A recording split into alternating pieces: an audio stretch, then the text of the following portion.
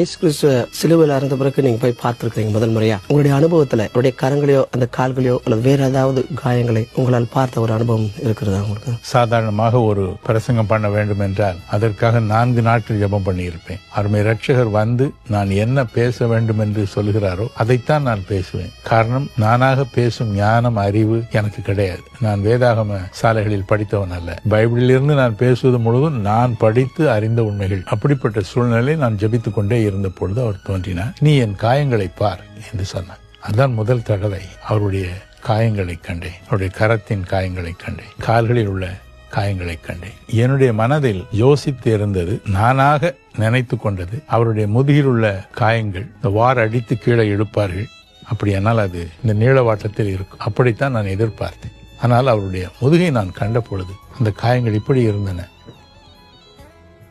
இந்த பக்கவாட்டில் என்று சொல்கிறோமே, அப்படி இருந்தன. கரங்களை காண்பித்தார். அநேக ஆசிரியர்கள் கூறுகின்றார்கள், இந்த இடத்தில் ஆணி அடித்திருந்தால் அது கிழித்து கொண்டு வந்திருக்கும், அவை இந்த இடத்தில் தான் ஆணி அடித்திருப்பார்கள் என்று. ஆனால் அவர் எனக்கு காண்பித்த பொழுது அவருடைய காயம் இந்த நடுவில் தான் இருக்கிறது.